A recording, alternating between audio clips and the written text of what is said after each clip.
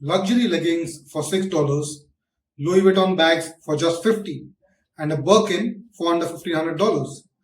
On TikTok, Chinese factories are going viral, claiming they make products for the world's top brands, and now they're cutting out the middlemen to sell straight to you.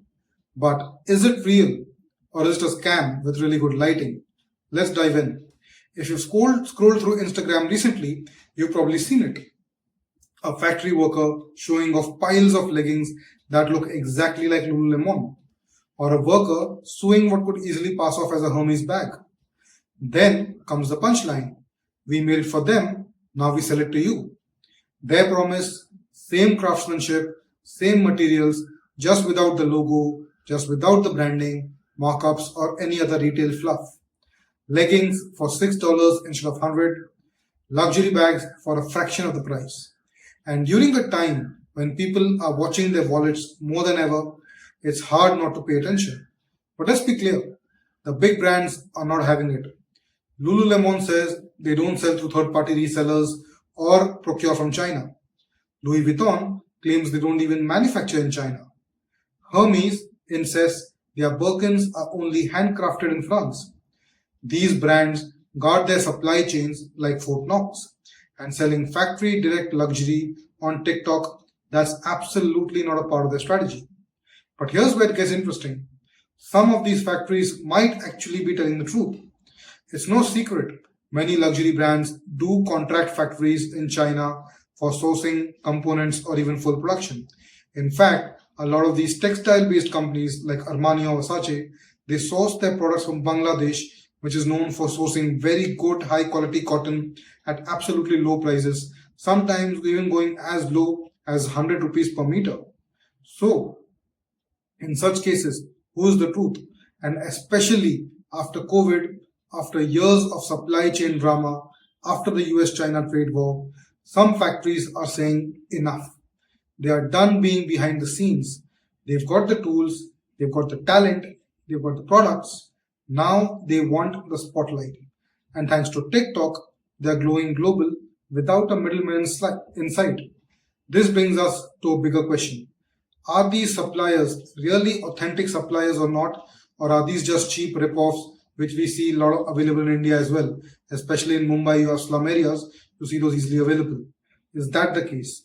Or is it a retaliation from the Chinese government and it is more a propaganda campaign against the trade tariffs which Donald Trump has instigated? So essentially, we don't really know what's the truth. But here's what gets really interesting. What are we really buying for when we buy luxury? If a $38,000 Birkin and a $1,400 TikTok luxury bag, they are lookalikes and they are made from the same leather by the same hands in the same building. Is the price difference truly about quality, or is it just branding?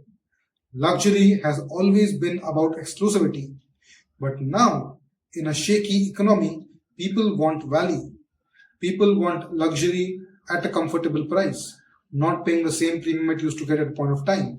In fact, during 2020s, one of the biggest companies which was hit because of the COVID pandemic was LVMH, which is the largest luxury company in the world. And that changes everything we thought we knew about premium products. Now, zoom out. We are heading into 2025 with very similar major economic headwinds, just like the COVID pandemic. High inflation, possible recession, shrinking disposable income. People aren't stopping their spending, they are just spending smarter. Factory direct, dupe culture, luxury alternatives, all of it is booming. And for traditional luxury brands, that is a serious threat.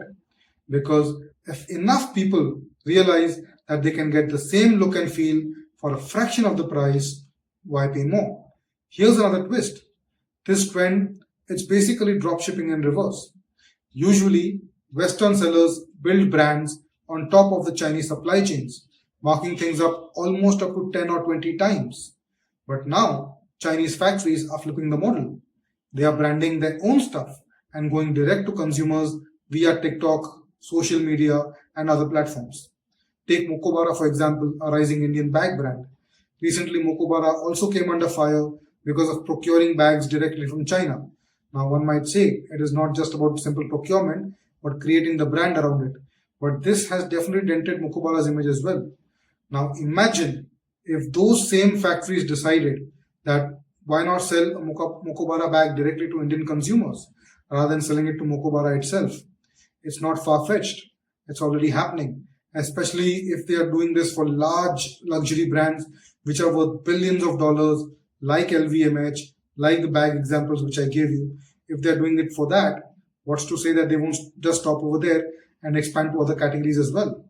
It's a disruption of power. Luxury brands have always held the cards. They own the story, the price, the perception. Until now. TikTok has changed that. Now the factories are telling their side. And in many cases, the factories are the ones holding the needle, the leather, and the expertise. If they build their own brands, what do you think would imagine? What do you think would happen in that scenario? In fact, are these luxury brand manufacturers, do they even have the manufacturing capability of building that in-house in US and Europe manufacturing facilities? This is a serious threat that could completely reshape the $300 billion luxury market. So, what do you think? Is this trend a scam, a rebellion, or just another CCP propaganda to kind of hurt the US luxury brands and the European luxury brands against the US-China trade war? Let me know in the comments below. Would love to hear your thoughts. And if you need my help with your go-to-market strategy, check out the video in the left. In this video, we'll be covering exactly how you can grow your business and get access to a free channel challenge to build your go-to-market plan. Hope you enjoyed the video. See you in the next one.